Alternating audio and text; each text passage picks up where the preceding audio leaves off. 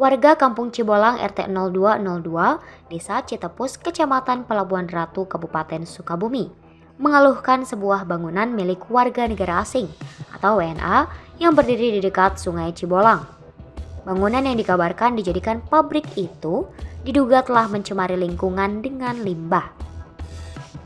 Tak hanya itu, warga juga protes karena sang pemilik pabrik telah membangun tembok mirip benteng setinggi 3 meter yang berpotensi menjadi biang banjir kalau turun hujan akibat lebar sungai jadi menyempit. Lebar sungai jadi semakin menyempit, sekarang sekitar 1 meter, padahal sebelumnya sekitar 2,5 meter. Belum lagi limbah berbau pekat dibuang ke aliran sungai, kata Yanti 40 tahun, warga setempat kepada awak media, Senin 30 Januari 2023. Yanti mengatakan Sungai Cibolang kerap digunakan untuk mandi dan mencuci pakaian oleh warga setempat. Setelah pabrik tersebut berdiri, warga kesulitan untuk melakukan aktivitas di sungai tersebut. Senada, Hikayat 60 tahun, warga lain menuding tembok dan pondasi bangunan milik orang Korea itu diduga mencaplok lahan sempadan sungai.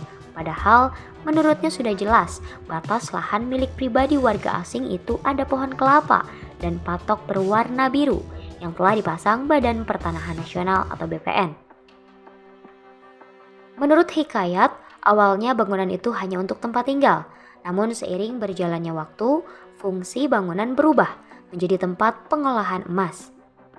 Ia mengaku bersama warga lain pernah mengadukan persoalan ini ke aparatur pemerintahan desa setempat, namun belum ada tanggapan.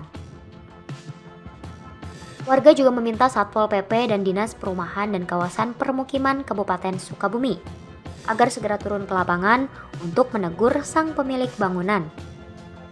Sejumlah awak media kemudian mencoba mengklarifikasi keluhan warga itu kepada pihak pengelola pabrik. Saat itu muncul warga Korea yang disebut sebagai pemilik pabrik dan bangunan tersebut oleh warga. Namun dia terlihat enggan memberikan keterangan karena terkendala bahasa. Ia juga memberikan tanda menolak dengan isyarat tangan ketika ditanyakan apakah bisa berbahasa Inggris.